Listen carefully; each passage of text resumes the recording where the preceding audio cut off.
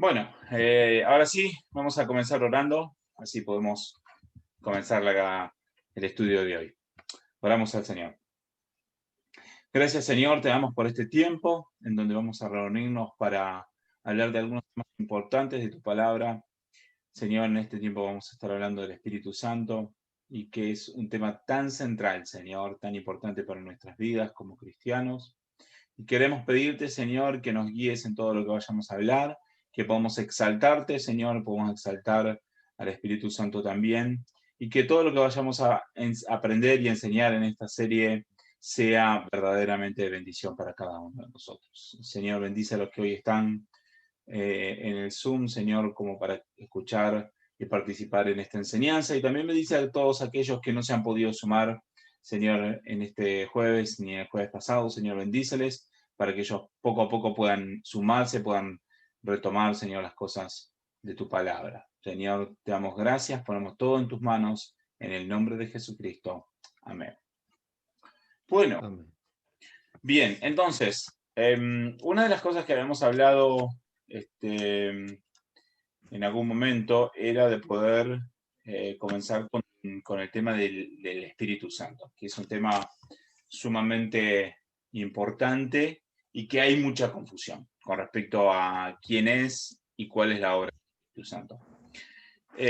Con respecto a quién es, hay mucha confusión, sobre todo en grupos que no son cristianos, ¿sí? Y con respecto a la obra del Espíritu Santo, hay mucha confusión dentro de los grupos cristianos, inclusive hay confusión dentro de los mismos pastores. Entonces, por eso es que vamos a estar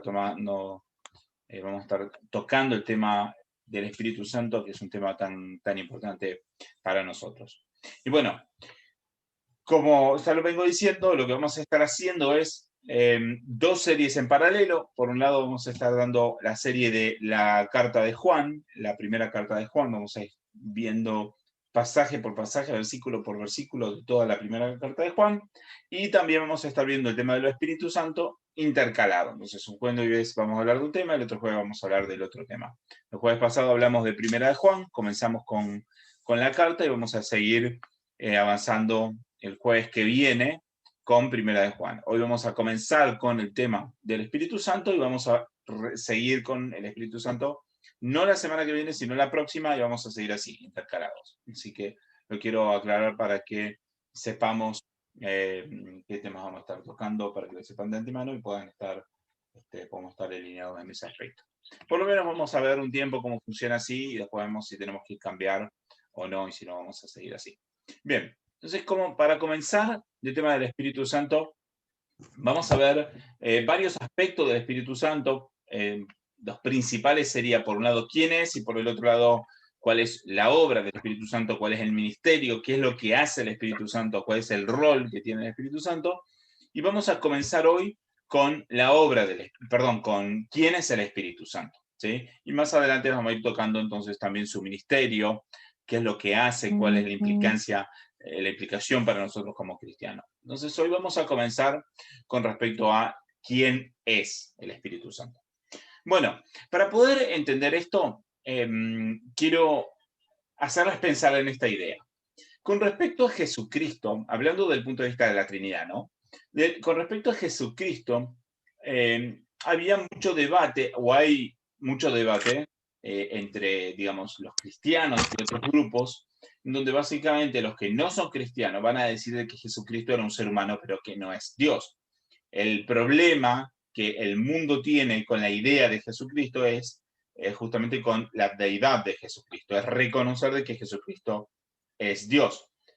Hoy por hoy nadie tiene problema con aceptar que Jesucristo es una persona humana, nadie tiene problema en ese aspecto. El problema que tiene la gente es aceptar que Jesucristo es Dios. Poco tiempo después de Jesucristo, vamos a decir 100 años después, 200 años, 300 años después, surgieron algunos grupos que era diferente. Ellos creían que Jesucristo era Dios, pero no creían que Jesucristo haya sido verdaderamente humano. ¿Sí? Muchos decían eso. Otros decían de que Jesucristo era humano, pero que no era Dios. Y estuvimos viendo en la palabra, todo lo que estuvimos estudiando el año pasado, estuvimos viendo justamente la deidad de Jesucristo, demostrar que Jesucristo es completamente humano y también completamente Dios. Con el caso del Espíritu Santo es muy diferente, porque solamente en su nombre estamos dando la idea de que el Espíritu es Espíritu, ¿sí? Y que no es un ser humano. Entonces, en ese aspecto, nadie tiene mucho problema con reconocer de que el Espíritu Santo es Dios, ¿sí? El problema que la gente generalmente tiene con respecto al Espíritu Santo es pensar de que el Espíritu Santo es una persona diferente, no independiente, diferente a Dios Padre. Que Dios Padre y el Espíritu son cosas o son personas diferentes. Muchos van a decir de que Dios es espíritu y por lo tanto el espíritu es Dios y Dios es el espíritu y punto, ¿sí? Pero esto no funciona así, ¿sí? Vemos en la Biblia de que el espíritu en realidad es independiente en sí, no independiente, esa no es la palabra mejor, sino que es diferente y es una persona diferente a Dios Padre, ¿sí? Aunque hay una dependencia mutua, pero son personas diferentes, ¿sí? Y esto lo vemos en algunos pasajes, pero el fundamental es en Mateo capítulo 3, cuando vemos el bautismo de Jesús, y voy a compartirles un poco la pantalla para que puedan seguir los pasajes que voy leyendo. Avísame si se ven, ¿sí? Mateo capítulo 3, ¿se alcanza a ver? Un movimiento de cabeza, Sí. suficiente. Ok, Sí. bien. Entonces, Mateo capítulo 3, verso 11, o mejor dicho, verso 13 dice, entonces Jesús llegó de Galilea al Jordán, a donde estaba Juan para ser bautizado por él. Pero Juan trató de impedírselo, diciendo, yo necesito ser bautizado por ti, ¿y tú vienes a mí? Y respondiendo Jesús le dijo, permite ahora, porque es conveniente que cumplamos así toda justicia. Entonces Juan se lo permitió. Después de ser bautizado, Jesús salió del agua inmediatamente, y he aquí los cielos se abrieron, y, él vino, y a él vino el Espíritu de Dios que descendía como una paloma y venía sobre él. Y he aquí se oyó una voz del cielo que decía, este es mi hijo amado en quien me he complacido, en quien tengo complacencia, ¿sí? Entonces el punto aquí es de que es indiscutible en este pasaje que hay tres actores, por decirlo de una forma, o tres personas o tres entidades, no sé cuál es la mejor palabra para mencionarlo, pero vamos a decir entidades. Hay tres entidades diferentes aquí. Por un lado, está Jesús saliendo del agua. Por otro lado, está el Espíritu de Dios que descendía como una paloma y venía sobre él.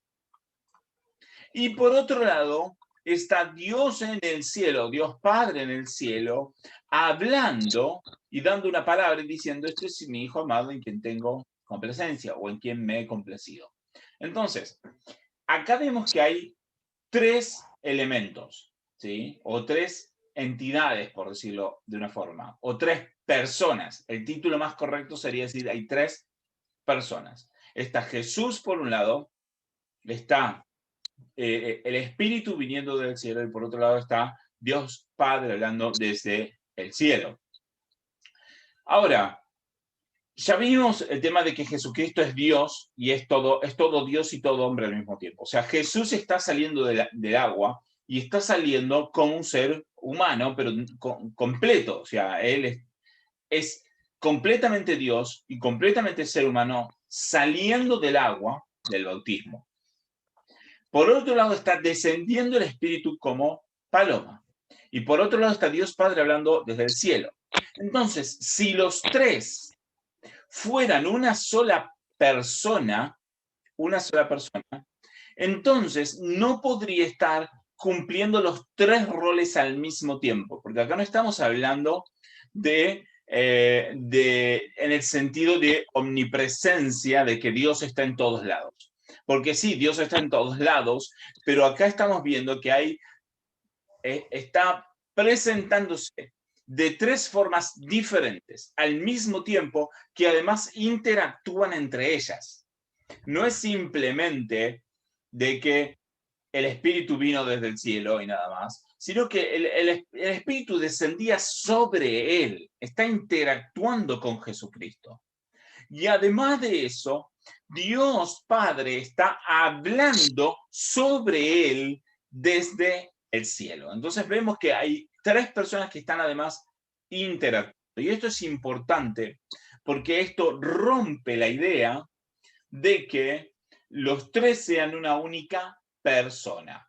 Es imposible desde esta perspectiva, desde este pasaje, ¿sí? Por más que uno pueda pensar de que eso es posible para Dios, el punto es que el texto está dando a entender de que son tres personas independientes. O no independientes, de nuevo, independiente no es la palabra, que son tres personas diferentes.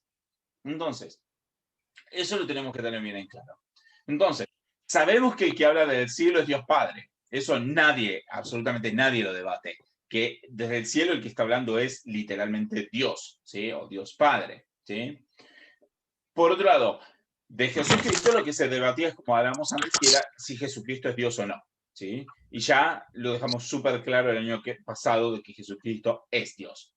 Ahora, con respecto al espíritu, entonces yo decía que el debate fundamentalmente es si el espíritu era una persona independiente del Padre. Entonces acá vemos, en este pasaje, queda evidente de que el espíritu es diferente del Padre, porque el Padre está hablando desde el cielo, pero el espíritu no está ahora en el cielo, en este pasaje, sino que está descendiendo como una paloma sobre él. Entonces está dando la intención, la sensación de que el espíritu no está más en el cielo, sino que está descendiendo y venía sobre él. Está dando la sensación de que está llegando sobre él, y cuando está llegando sobre él, se siente la voz desde el cielo, y esto deja bien evidente de que el Espíritu está descendiendo sobre Cristo, pero la voz viene desde el cielo. Entonces hay en ese aspecto una claridad de que son personas independientes. Bien, entonces este es uno de los pasajes más clásicos que se utilizan para fundamentar la idea de que los tres son, que son tres personas diferentes. Hay otro pasaje también que no lo vamos a ver detenidamente, pero si lo quieren buscar, y que es realmente muy, muy interesante. Apocalipsis capítulo 4 dice, fíjense, dice,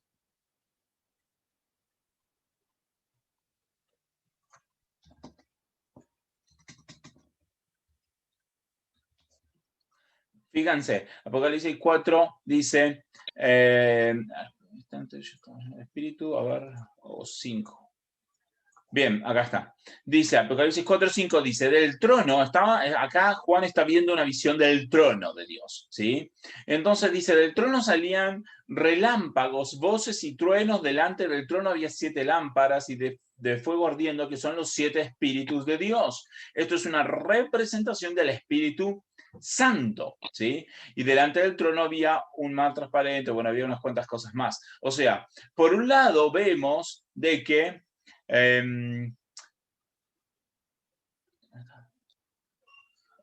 este lo tenía que haber leído antes. Había un trono, a ver, aquí está. Dice, al instante estaba yo en el espíritu y vi un trono colocado en el cielo y uno sentado en el trono. El que está sentado en el trono es Dios Padre. Y además están ve los relámpagos, las voces y los truenos y las 7 lámparas de fuego ardiendo, que son los 7 espíritus de Dios. Y esto se refiere al Espíritu Santo. Entonces aquí vemos de que está Dios Padre sentado en el trono y alrededor del trono está el Espíritu de Dios. Y además de eso, empieza todo un momento de alabanza y de pregunta de los ángeles y todo. Dice, fíjense, ya un poquito más abajo en el capítulo 5, que dice, fíjense, versículo 6, dice, miréis bien el trono con los 4 seres vivientes y los ancianos un cordero de pie como inmolado que tenía 7 cuernos y 7 ojos. Este cordero que está delante del trono es Jesucristo, ¿sí? Entonces, ¿por qué les muestro este pasaje? Aunque no lo vemos muy detenidamente. Les muestro este pasaje porque vemos de que en el trono o en esa imagen del trono está Dios Padre sentado en el trono, el Espíritu de Dios rodeando todo el trono y el lugar, y además está el Cordero presentándose, el Cordero es Jesucristo, presentándose delante del trono.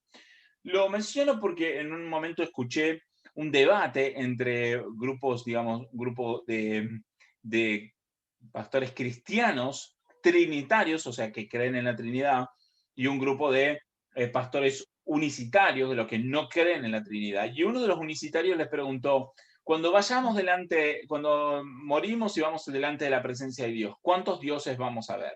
Una pregunta tramposa, ¿sí? Porque nadie va a decir de que nosotros tenemos 3 dioses, sino que tenemos un solo Dios.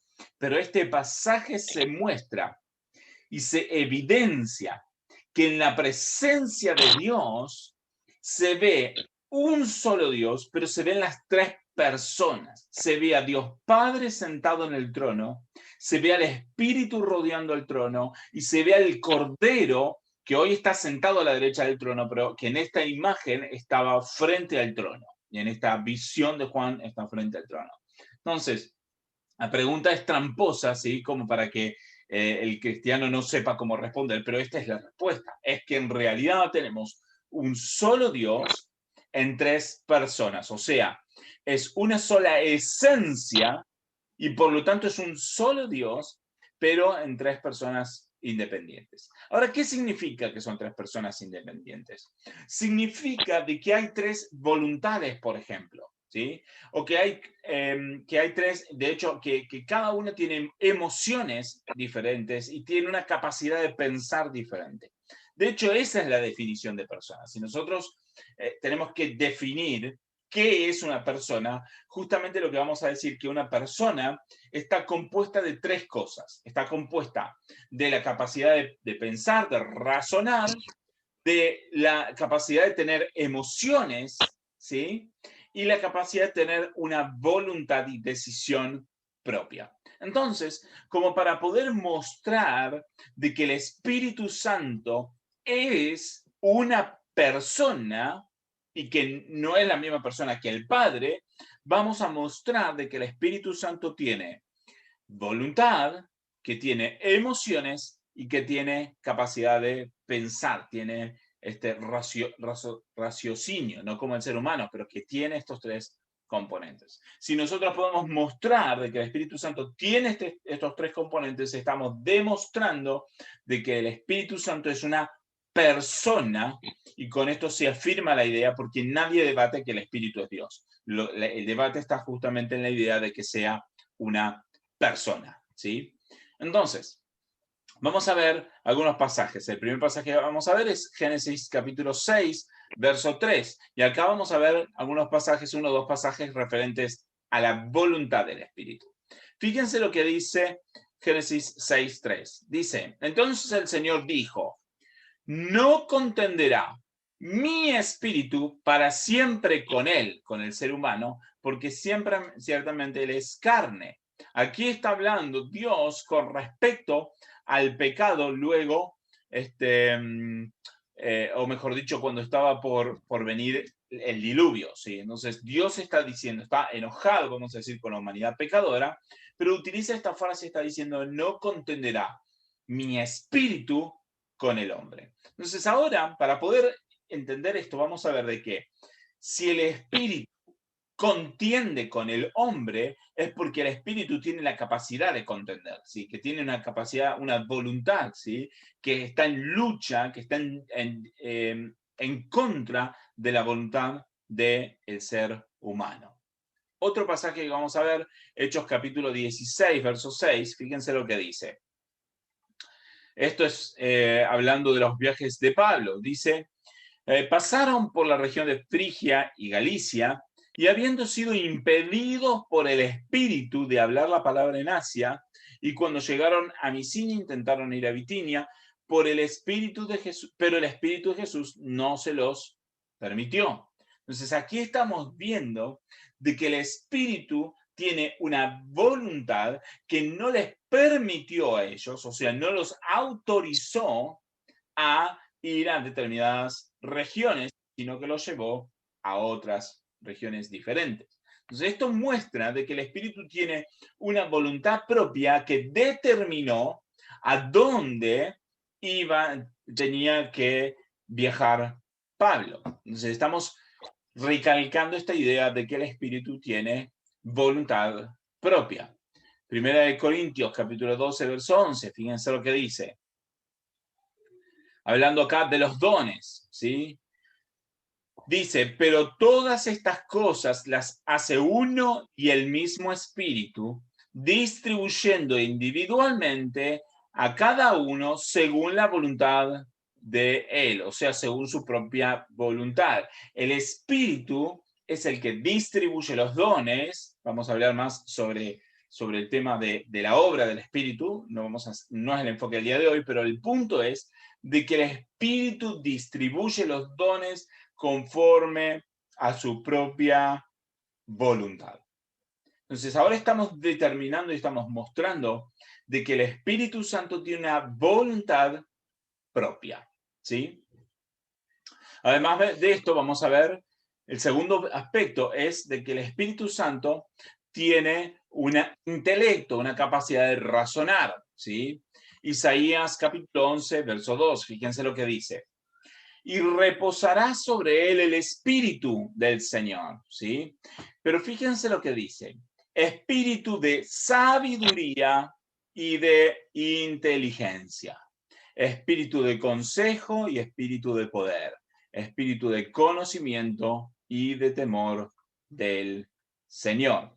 Entonces, esto está mostrando que el Espíritu tiene una capacidad, una inteligencia y una capacidad de tener sabiduría.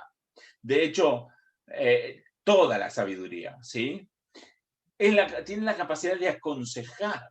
Entonces es imposible de que el Espíritu tuviera esta inteligencia si obviamente no tuviera la capacidad de pensar, de razonar. Entonces, así como vimos antes que el Espíritu Santo tiene voluntad, ahora vemos de que el Espíritu Santo tiene inteligencia, tiene sabiduría, piensa. Otro pasaje, Romanos 8:27, fíjense lo que dice.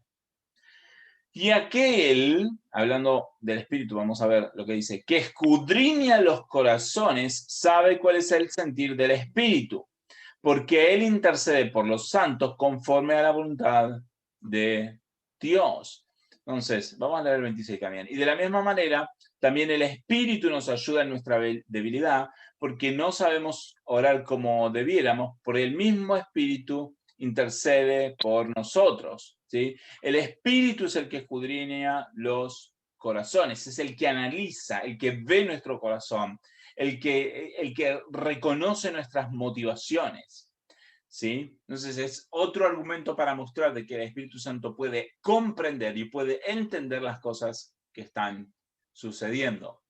Además, vamos a ver ahora unos pasajes referentes a que el Espíritu tiene emociones. Primera de Tesalonicenses, capítulo 1, verso 6. Fíjense lo que dice. Y vosotros vinisteis a ser imitadores de nosotros y del Señor, habiendo recibido la palabra en medio de mucha tribulación, con el gozo del Espíritu Santo. O sea, el Espíritu Santo se goza, tiene gozo, ¿sí? También otro pasaje, Hebreos capítulo 10, verso 29, dice, ¿cuánto mayor castigo pensáis que merecerá el que ha hollado bajo sus pies al Hijo de Dios y ha tenido por inmunda la sangre del pacto por la que fue santificado y ha ultrajado al Espíritu de gracia? O sea, si alguien puede ultrajar al Espíritu, quiere decir que el Espíritu tiene la capacidad de sentir emociones. ¿Iba a haber una pregunta? No, por mi parte no. Ok. Isaías 63:10 dice, mas ellos se rebelaron y contristaron al Espíritu, o sea, entristecieron al Espíritu, por lo cual él se convirtió en su enemigo y peleó contra ellos. Este pasaje es súper claro de que el Espíritu Santo es una persona, porque se contrista, se entristece, se enoja, se convierte en enemigo y pelea contra ellos. ¿Sí? Y el último pasaje para ver este tema de las emociones del Espíritu Santo, Romanos capítulo 5, verso 5, dice: la esperanza no desilusiona porque el amor de Dios ha sido derramado en nuestros corazones por medio del Espíritu Santo que nos fue dado. El Espíritu Santo es el que tiene esta capacidad de producir ese amor en nosotros, ¿sí? Entonces esto está mostrando de que el Espíritu Santo es una persona. De nuevo, si tiene voluntad, inteligencia, capacidad de pensar y emociones, entonces es una persona. Esto es importante porque hay otras religiones, por ejemplo, que piensan que Dios es una especie de idea mística, que Dios está, que Dios es todo, pero no es nadie y que está. Y no es así, la palabra de Dios nos muestra claramente que Dios tiene, que Dios es un Dios personal, que entiende, que sabe, ¿sí? Que piensa, que siente emociones, ¿sí? Que tiene una voluntad. Dios es un Dios personal. No solamente que Dios es un Dios personal, sino de que el Espíritu Santo en sí mismo es personal también. Es una persona, no es simplemente como una fuerza mística. Porque hay varios extremos. Hay muchos que piensan de que Dios es así, como el aire que está, que no lo vemos, que está ahí, punto. Pero hay otros que creen que Dios Padre sí es Dios, pero creen que el Espíritu Santo es como una fuerza de Dios, pero no ven la personalidad del Espíritu Santo. Por ejemplo, los testigos de Jehová o los que se llaman cristianos unicitarios, pueden llegar a pensar este tipo de cosas. Piensan de que el Espíritu, que Dios es Dios, pero que el Espíritu es como una fuerza de Dios. Y esto no es lo que nos enseña la Biblia. El Espíritu Santo no es una fuerza de Dios. El Espíritu Santo es una persona que piensa, que siente, que tiene voluntad y que tiene poder y que tiene todo el poder de Dios, ¿sí? Pero no es solo un poder. El Espíritu Santo es mucho más que eso. Bien, hasta acá, ¿cómo venimos? ¿Se entendió todo? ¿Alguna pregunta? ¿Algún comentario? ¿Todo bien? Bueno, aprovecho para saludar de paso. Se sumó Mariano, se sumó Cele también. Así que bueno, si tiene alguna pregunta, avisan, no hay ningún problema. Bien, a ver un momentito. Ahí seguimos. Bien, Marina dice que sí, también se entendió todo. Ok, buenísimo. Entonces, esto nos tiene que quedar bien en claro. El Espíritu Santo es una persona. De la misma forma que Dios Padre es una persona, Jesucristo es una persona. De Jesucristo no se debate de que Jesucristo es una persona, ¿sí? El mismo hecho de que sea un ser humano, además de ser Dios, hace evidente de que Jesucristo es una persona. La única duda estaba si el Espíritu Santo es una persona también. Ok, me está pidiendo Marina que lea más despacio los pasajes. Ok, bueno, voy a tratar de leer un poquito más lento los pasajes. Buenísimo. Si alguno quiere después los pasajes nuevamente, se los puedo compartir. De hecho, vamos a hacer una cosa. Voy a pasar los pasajes por chat por si alguno nos quiere copiar. Bien, los que leí hasta acá. Buenísimo. Entonces, si Dios entonces tiene voluntad, si el Espíritu Santo, perdón, tiene una voluntad, tiene un intelecto y tiene emociones también.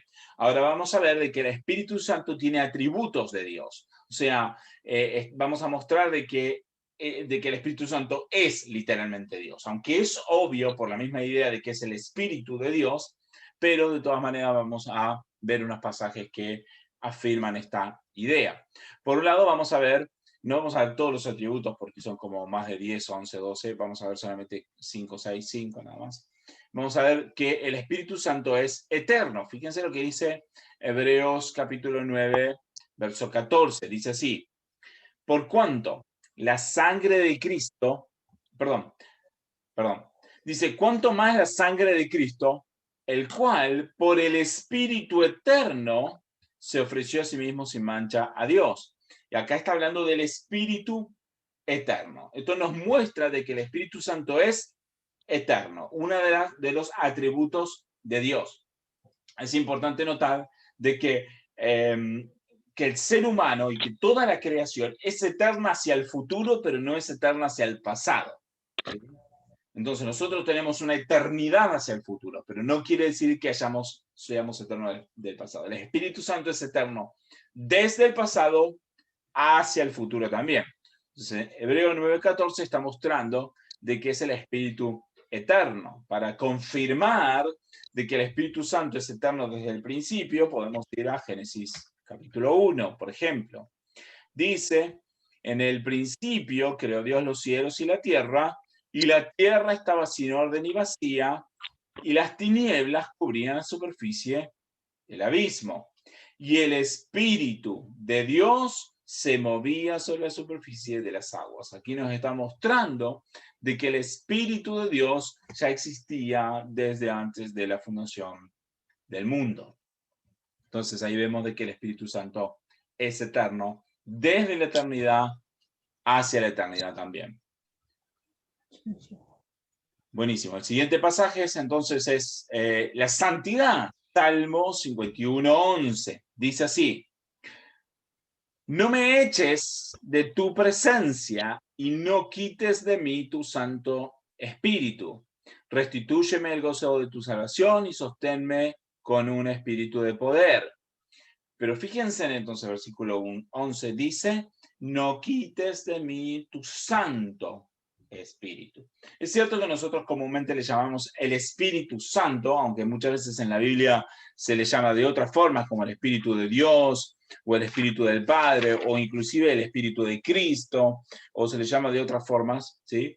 Pero es importante notar de que el Espíritu es santo. Dios es santo, el Espíritu es santo, es completamente santo, no es como nosotros santos. Nosotros somos santificados, pero no somos santos por nosotros mismos. En cambio, el Espíritu sí. Entonces esto muestra uno de los atributos de Dios también. Bien.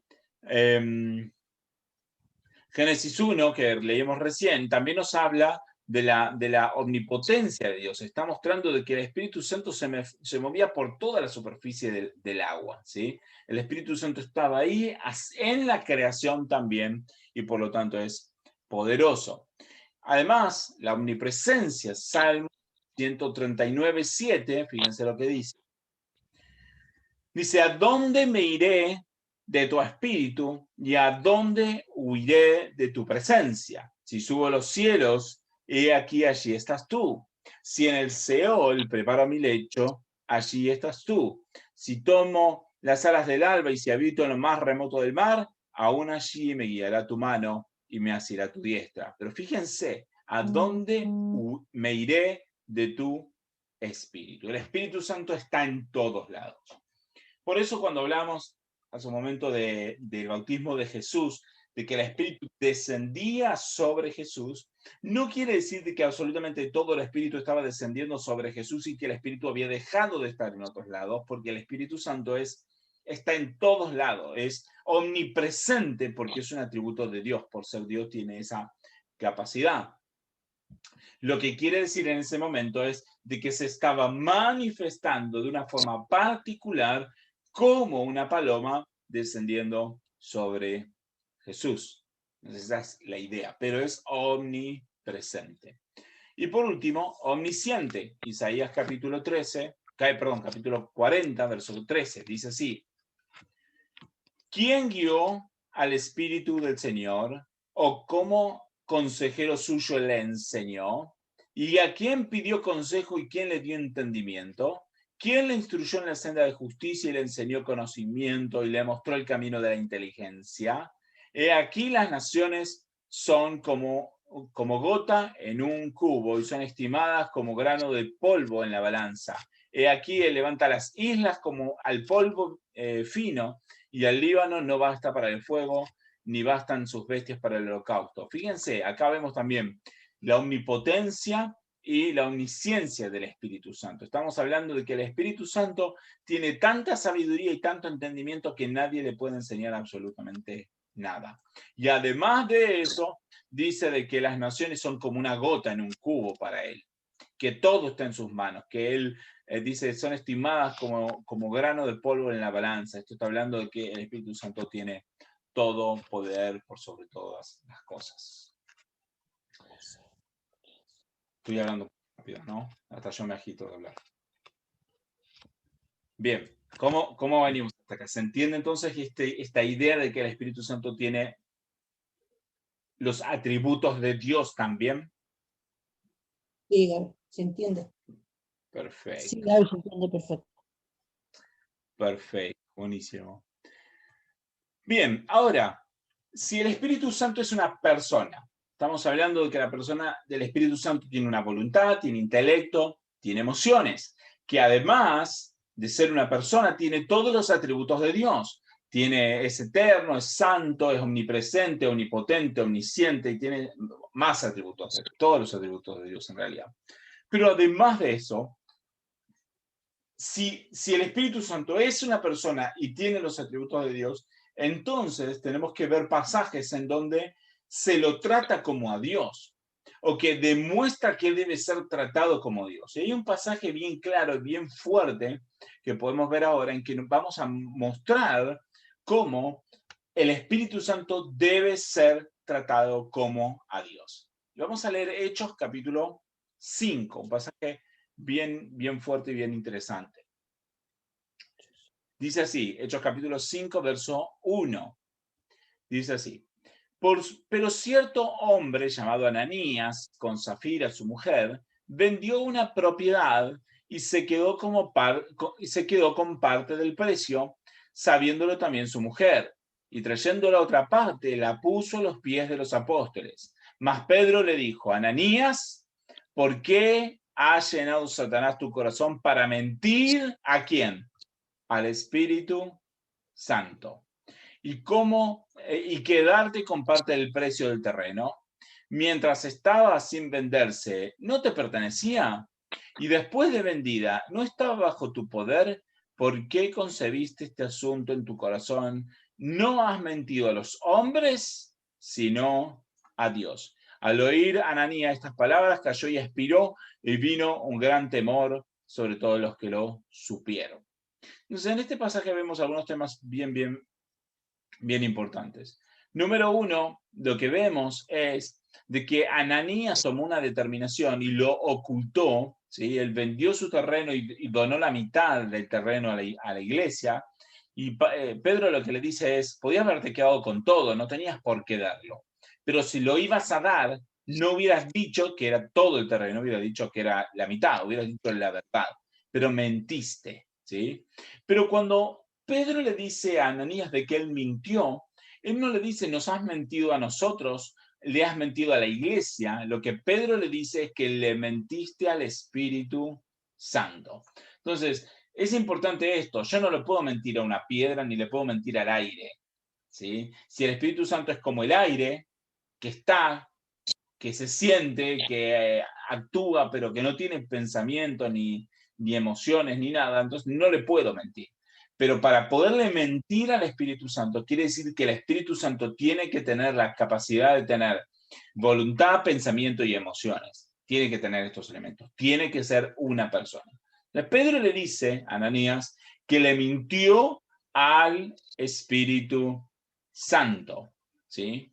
Pero además de eso, dice, Pedro le dice algo bien importante. Le dice: no has mentido a los hombres, sino que le has mentido a Dios. Pero ¿cómo es el tema? ¿Le mintió al Espíritu Santo o le mintió a Dios? El punto es justamente de que el Espíritu Santo es Dios. Entonces, al mentirle al Espíritu Santo, está mintiéndole a Dios mismo, ¿sí? Esto está mostrando que el Espíritu Santo es Dios, ¿sí? Pero es una persona diferente a la que se le puede mentir, ¿sí? A la que se puede ofender, vamos a decir, ¿sí? Entonces, al oír estas palabras, cayó y expiró. Y vino un gran temor sobre todos los que lo supieron. Y este tema del temor es bien importante. ¿Por qué? Porque este es el punto. Nosotros debemos reverenciar al Espíritu Santo de la misma forma que nosotros reverenciamos a la misma idea de Dios mismo, ¿sí? Al mismo Dios, ¿sí? Entonces, esto nos está confirmando que el Espíritu Santo es una persona independiente, una persona que piensa, que tiene voluntad y que tiene emociones, y por lo tanto debe ser tratado como a Dios mismo. Bien. ¿Cómo estamos hasta acá? ¿Bien? ¿Alguna pregunta? ¿Algún comentario? Sí, yo tengo una pregunta, Gaby. Dale.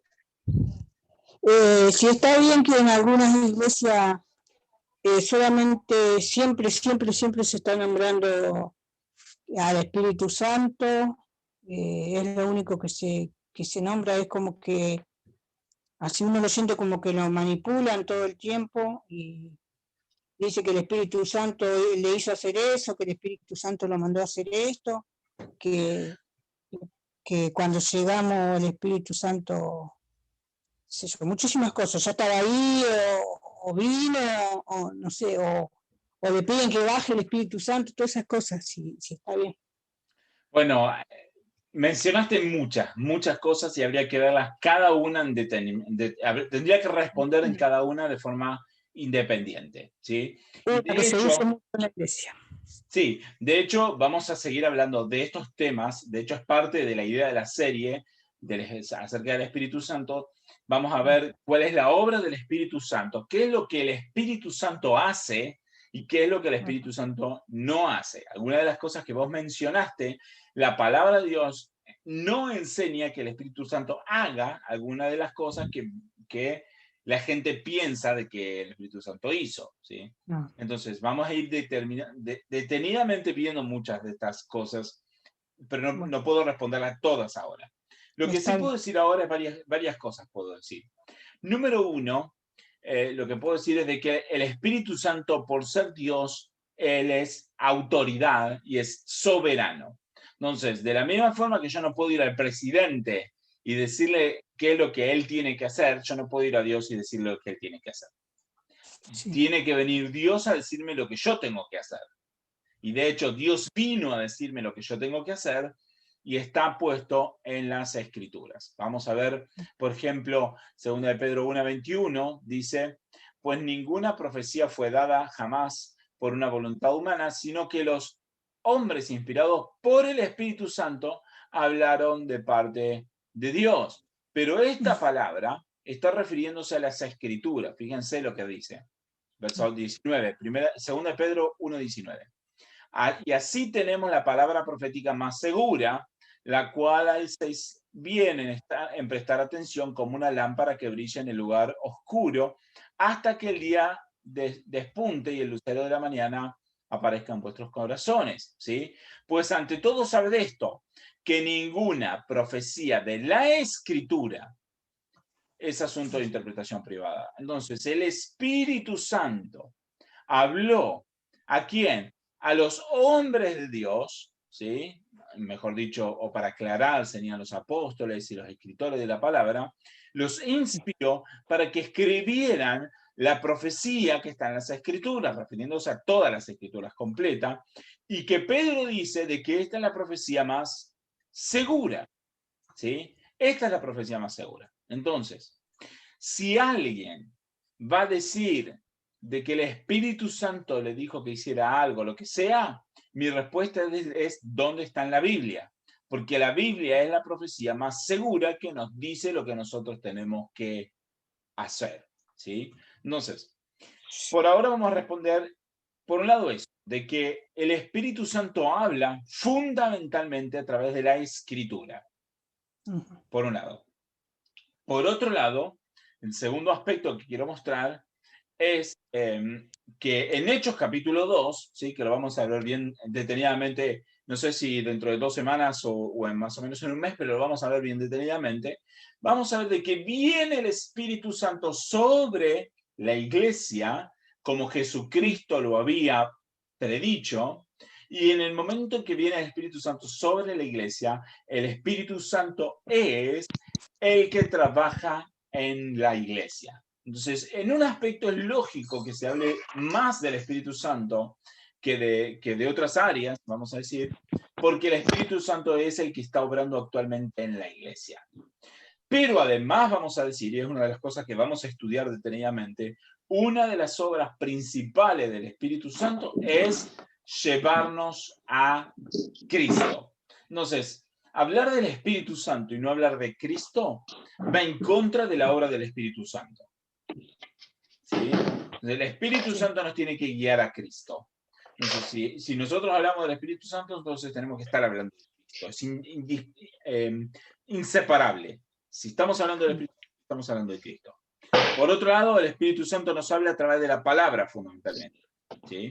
Pero por otro lado, es cierto de que el que está obrando en la iglesia hoy por hoy es el Espíritu Santo. ¿Se entiende hasta acá? Por lo menos la respuesta parcial que te doy. Sí, entendí. Buenísimo. De todas maneras, vamos a seguir profundizando en estos temas, porque vamos a hablar de bien de cuál es la obra del Espíritu Santo y vamos a mostrar cuándo el Espíritu Santo realmente nos habla, cuándo no, de qué forma nos habla, y qué cosas tienen sentido hacer y qué cosas no tienen sentido hacer. Pero sí es importante esto. No tiene sentido decir, por ejemplo, poner el debate entre espíritu y palabra. Porque algunos dicen yo soy de la palabra, del espíritu y no de la palabra, otros dicen yo soy de la palabra y no del espíritu. Eso no tiene sentido, porque la palabra y el espíritu estamos hablando de lo mismo. La palabra es la obra del Espíritu Santo. Entonces, tratar de ser de la palabra, pero no del espíritu, le estamos sacando lo fundamental a la palabra. Pero si estamos queriendo ser del espíritu, pero no de la palabra, lo que estamos haciendo es querer tener un espíritu al cual no queremos escuchar. ¿Se entiende? Entonces es inseparable hablar del espíritu y la palabra. No se puede separar. No podemos decir que vamos a balancear, porque no hay nada para balancear. Son las dos la misma, no es que sean la misma cosa, pero hablan lo mismo, ¿sí? Entonces no es balanceable, es todo un mismo sentido, ¿sí? Gracias, Gaby. Sí, gracias, Gaby. Excelente. Entonces, hoy vimos esta idea de que el Espíritu Santo es una persona, que el Espíritu Santo es Dios mismo, que el Espíritu Santo tiene atributos de Dios, debemos tratarlo como Dios, que el Espíritu Santo tiene pensamientos, voluntad y emociones. Entonces, esto es fundamental porque nos habla de quién es el Espíritu Santo. Hay muchas más cosas que podríamos decir, pero por ahora vamos a pasar acá para que no se haga más largo. Lo que vamos a hablar probablemente la próxima vez que sigamos hablando del Espíritu Santo, y en 2 semanas, vamos a empezar a hablar, por ejemplo, de las formas en que el Espíritu Santo se manifiesta, porque hay algunas representaciones. Permiso, voy a silenciar. Ahí está. Dice, hay algunas representaciones del Espíritu Santo, por ejemplo, que el Espíritu Santo vino como paloma, como hablábamos recién hace un rato en el bautismo de Jesús, y hay algunas otras formas de representar al Espíritu Santo y vamos a ir hablando también un poquito sobre cada una de esas representaciones del Espíritu Santo, por qué son importantes y vamos a entender un poquito más cómo debemos entenderlas también. Así que probablemente eso sea uno de los temas que vayamos a tocar cuando sigamos hablando del Espíritu Santo. Podría empezar ahora, pero me va a tomar casi 30 minutos más, entonces no sé si tiene sentido, se va a estirar mucho. Así que, ¿qué les parece? Bueno, ¿Alguna pregunta más? ¿Algún otro comentario con respecto al Espíritu Santo o pregunta? No, tal vez yo te lo puedo dejar para la próxima, que creo que te lo había preguntado Estelita, cuando nosotros por ahí decimos, desciende Espíritu Santo. Ah, sí, me olvidé de mencionar, sí. Para la próxima, que lo prepares bien para la próxima. Sí, Es un tema bien controversial, es bien controversial, pero vamos a hacer solamente un comentario ahora que me parece que es bien importante, de Romanos 8:9, con respecto al tema de esta idea de desciende Espíritu Santo.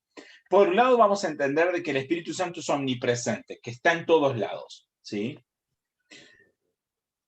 Por otro lado, entendemos de que, como leíamos recién en el bautismo de Jesús, de que el Espíritu Santo vino sobre Jesús. Entonces, en esta idea de que el Espíritu Santo vino sobre Jesús, es una representación de un, ¿cómo decir? De un apoyo a Jesús, ¿sí? No me sale ahí un sinónimo que quería usar, pero no me viene ahora a la cabeza. Estamos hablando de que el Espíritu Santo está demostrando de que Jesucristo es el Hijo de Dios y que el Espíritu Santo está validando y apoyando lo que está haciendo Jesús. Entonces, esta idea de que viene el Espíritu Santo sobre Jesús en forma de paloma está mostrando el apoyo que el Espíritu Santo hace sobre la vida de Jesús. Pero también es importante notar esto. Romanos 8:9, fíjense lo que dice. Sin embargo, vosotros no estáis en la carne, sino en el Espíritu. Si en verdad el Espíritu de Dios habita en ustedes, pero si alguno no tiene el Espíritu de Cristo, el tal no es de él. Entonces, en un aspecto tenemos que entender esto. El Espíritu está en el creyente. Si el Espíritu no está en una persona, esa persona no es creyente, no es de Cristo. ¿Sí? No puede haber hoy un creyente que no tenga el Espíritu de Dios. Eso no ocurría ni siquiera en tiempos de Jesús, ni antes de tiempos de Jesús en el Antiguo Testamento. Eso no ocurría, funcionaba diferente, y esto es una de las cosas que vamos a estudiar detenidamente un poquito más adelante también. Pero hoy por hoy, una persona que es verdaderamente creyente tiene el Espíritu Santo, entonces no necesita pedirle que descienda. Si yo le tengo que pedir al Espíritu Santo que descienda, lo que estoy diciendo es de que el Espíritu Santo no está en mí. Pero lo puedo decir en un aspecto de, como lo podría potencialmente decir como en un aspecto como lo que vimos en Jesús, de que el Espíritu Santo descendió para confirmar de que Jesucristo era santo, ¿sí? Pero el punto es de que si yo le quisiera pedir al Espíritu Santo que venga y me valide a mí, sería muy orgulloso porque estaría pensando que yo soy santo como Jesucristo. ¿Se entiende la idea? O sea, tenemos en un sentido real, el Espíritu Santo está dentro del creyente. En un sentido metafórico, la idea de que venga el Espíritu Santo sobre la persona es en sentido de validación. Pero yo no soy suficientemente santo como Jesús para pedirle al Espíritu Santo que me valide a mí mismo. Sería como, sí, muy orgulloso, ¿se entiende la idea? Entonces, esta idea de pedirle al Espíritu Santo que descienda termina no teniendo del todo sentido en esos aspectos. ¿Responde a la pregunta? Totalmente. No, lo que pasa es que a veces era como que uno se puede confundir, es que o si el Espíritu Santo se había ido de uno, o uno como que lo escucha siempre decir a eso, o como una forma de uno alentarse en un momento de angustia, desciende Espíritu Santo, desciende. O como dije Bueno, antes, si es que a lo mejor si el Espíritu Santo se puede ir de la sí persona. se puede ir de la persona, ahora vamos a responder eso. Pero en cuanto a lo que vos decís, si uno está en un sentido de angustia y le pide al Espíritu Santo que descienda, el término más correcto sería lléname. Porque ese término lléname no sería de que físicamente me llene, sino que está diciéndole al Espíritu Santo que obre en uno mismo, ¿sí? Que trabaje en uno mismo. Ese sería el término más correcto, porque no es una llenura en el sentido de que el Espíritu Santo ocupe más lugar en uno, sino es en un sentido de que el Espíritu Santo obre más poderosamente en uno y que uno se someta más fuerte a la obra del Espíritu Santo en uno, ¿sí? Pero también decimos, mucho de eso porque lo hemos escuchado, decimos, y yo lo escucho decir sí. también, visítanos, Espíritu Santo, visítanos, visita a esa persona. Bueno, visita a esa persona, no sé. Bueno, si es visita a esa persona, que esa persona no es creyente, estaría bien, porque lo que estamos diciendo es que estamos pidiendo al Espíritu Santo que transforme a esa persona. Pero si la persona tiene el Espíritu Santo, entonces tendríamos que decir, llénala, obra en esa persona. De todas maneras, esta sensación de esta palabra de visítanos tiene una connotación de que es temporal, que venga por un rato y se vaya, ¿sí? Y la verdad es que yo no quiero que el Espíritu Santo me visite, yo quiero que habite en mí todo el tiempo, ¿sí? ¿Sí? Lo mismo, si yo deseo para otro, no le pediría que le visite, le pediría que lo llene y lo transforme, y que habite, que more en esa persona, completamente, y no que lo visite. Entonces, el término visítanos está mal aplicado. ¿Y por qué? Porque justamente es algo de lo que vamos a ver detenidamente, ¿sí? Pero hay un capítulo, creo que lo leímos hace un rato, no sé si es Salmo 51, déjenme ver.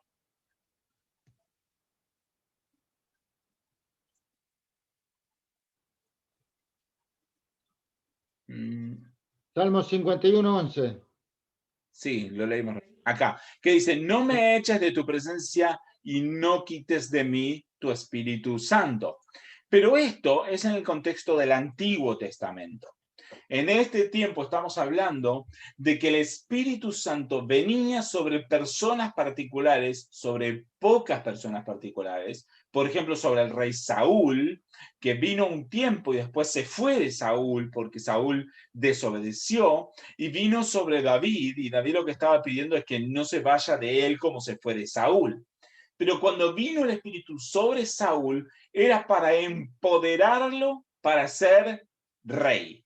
Cuando el Espíritu Santo vino sobre David, también vino para empoderarlo para ser rey. Lo que David está diciendo en este salmo es, no quites de mí tu Santo Espíritu, porque si tu Espíritu se va de mí, yo voy a dejar de ser rey, y de hecho se iba a morir por culpa de su pecado, porque era un pecado grave. ¿Se entiende? Entonces está hablando ahí de su rol de rey, ¿sí? Y su capacidad de seguir con vida porque merecía la muerte por su pecado. Pero no está hablando del espíritu en la forma en que está el espíritu en el creyente hoy en día. Porque el espíritu en el creyente está como Romanos 8:9. Si el espíritu está en uno, está en Cristo, perdón, si el espíritu está en uno, quiere decir que uno está en Cristo. Si el espíritu no está en uno, quiere decir que uno no está en Cristo. Entonces el espíritu está en nosotros por causa de la salvación, a diferencia del Antiguo Testamento, que el Espíritu estaba para hacer que el hombre fuera rey. ¿Se entiende? Son dos aspectos totalmente diferentes. Entonces, esta idea de visítanos tiene que ver con ese concepto del Antiguo Testamento que en nosotros no aplica más. También la misma idea esta de decir, no quita de mí tu Santo Espíritu, es un concepto del Antiguo Testamento que no aplica para nosotros, porque en el creyente, hoy por hoy, el Espíritu Santo habita y mora en el creyente todo el tiempo. Ahora, la pregunta con respecto a si el Espíritu Santo se puede ir de una persona en la actualidad tiene que ver más con la pregunta si la persona puede perder su salvación o no, ¿sí? Y que esto ya lo hemos hablado en el pasado, ¿sí? Y hay dos grandes posiciones. Algunos creen que sí se puede perder la salvación, otros creen que no se puede perder la salvación.